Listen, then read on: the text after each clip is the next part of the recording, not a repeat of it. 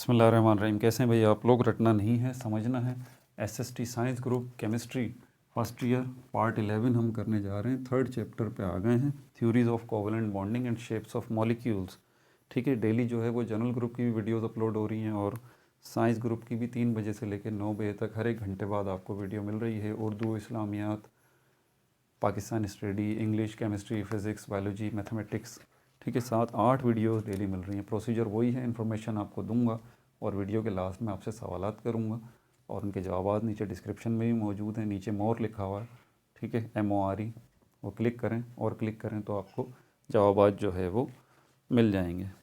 ठीक है, शुरू करते हैं। फिर यहाँ पर एक हमारे पास है valence shell electron pair repulsion theory. इसके फुल नाम है valence shell electron pair repulsion theory. आसान लफ्ज़ों में ये आपको क्या बताती है? ये आपको शेप्स ऑफ मॉलिक्यूल्स बताती है। शेप्स ऑफ मॉलिक्यूल्स की शेप्स के बारे में आपको बताती है। ठीक है भाई, तो यहाँ पर हमारे पास मिसाल के तौर पर कितनी किस्म की शेप्स हैं? 5 किस्मों की शेप्स हैं, 5 टाइप्स हैं, 5 types of shapes. One by one यहाँ मैं आपको बता देता हूँ। पहली शेप जो मॉलिक्यूल की है वो लीनियर है, लीनियर शेप है। लीनियर शेप के अंदर आपको ये बताया जाता है, इसमें लिखते हैं हम AX2। ये याद रखिए कि इसके अंदर A जो है वो सेंट्रल एटम को रिप्रेजेंट कर रहा है और X2 का मतलब ये है कि 2 साइड एटम्स, 2 साइड एटम्स। तो A का मतलब सेंट्रल एटम, बीच में एक सेंट्रल एटम होता है और उसके लेफ़्ट राइट कुछ एटम्स होते हैं जिनको हम X से रिप्रेजेंट करते हैं। उनकी तादाद 2 मतलब 2 एटम है। तो ये लीनियर में हमारे पास जो है वो AX2 टाइप है। ठीक है, और यहाँ पर ये जो A है और इसके साथ ये X और ये X, 2 एटम्स जो जुड़े हुए हैं, तो ये 2 एटम्स जो एंगल बनाएंगे वो 180 डिग्री का होगा। ठीक है भाई, दूसरी हमारे पास एग्जाम्पल है इसी के अंदर, ट्राइगोनल प्लेनर शेप है। ट्राइगोनल प्लेनर शेप, इसकी जो टाइप कहलाती है वो AX3 टाइप कहलाती है। इसमें एक सेंट्रल एटम है और उसके साथ जो है वो 3 जो है वो साइड एटम्स जो हैं वो लगे हुए हैं। ठीक है, और इनके दरमियान जो एंगल बन रहा है वो एंगल बन रहा है 120 डिग्री का, 120 डिग्री सेंटीग्रेड तो नहीं, सॉरी, 120 डिग्री का एंगल बना रहे हैं ये एटम्स। ठीक है, तीसरी टाइप जो है हमारे पास वो टेट्राहेड्रल शेप है। टेट्राहेड्रल शेप है। टेट्राहेड्रल शेप के अंदर कौन सी टाइप आती है हमारे पास? AX4 टाइप आती है। इसके अंदर A सेंट्रल एटम है, X, X, X और X, और इनके दरमियान जो एंगल बना हुआ है वो एंगल बना हुआ है 109 डिग्री का, 109.5 डिग्री का, 109.5 डिग्री का एंगल बना हुआ है इसके अंदर। चौथी टाइप के जो मॉलिक्यूल है हमारे पास, चौथी टाइप के जो मॉलिक्यूल है हमारे पास वो है हमारे पास trigonal pyramidal shape. Trigonal pyramidal shape, trigonal pyramidal shape. इसमें AX3 और E टाइप जो है ये शेप होती है मॉलिक्यूल की। A डेफिनेटली सेंट्रल एटम को रिप्रेजेंट कर रहा है, X जो है उसके साइड एटम्स को रिप्रेजेंट कर रहे हैं, ये जो है वो lone pair of electron, lone pair of electron को रिप्रेजेंट कर रहा है इन A सेंट्रल एटम में। ठीक है, तो यहाँ पर इसका मतलब यही है कि एक सेंट्रल एटम है और उसके अंदर एक लॉन पेयर है।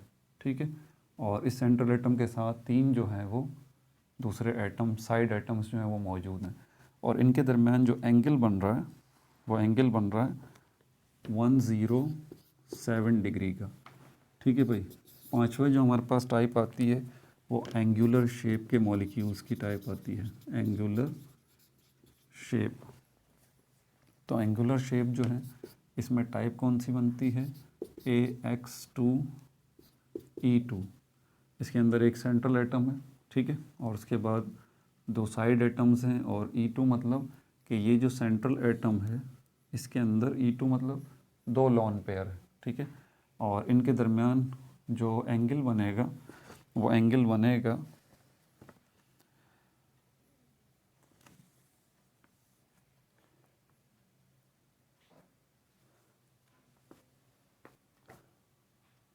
एंगल जो बनेगा इसके अंदर, एंगल नोट करना भूल गया भाई, डिस्क्रिप्शन में जवाब मैं लिखूंगा ना वहीं पर मैं बता दूंगा आपको।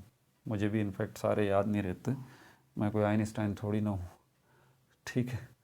तो बहरहाल यहाँ पर ये हो गए। अब सवालात शुरू करें आपसे, सवालात शुरू करते हैं।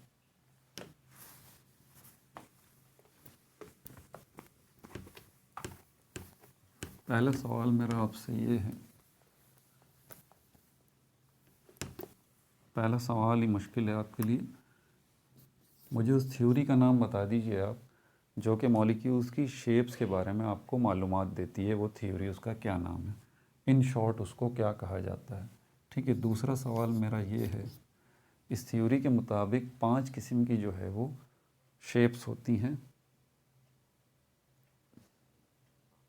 मॉलिक्यूल्स की, 5 किस्म की। तो पहला सवाल उसने टाइप बताई हुई है, ये AX2 टाइप जो है ये किस टाइप के मॉलिक्यूल्स की शेप को रिप्रेजेंट कर रहा है, ये बता दीजिए।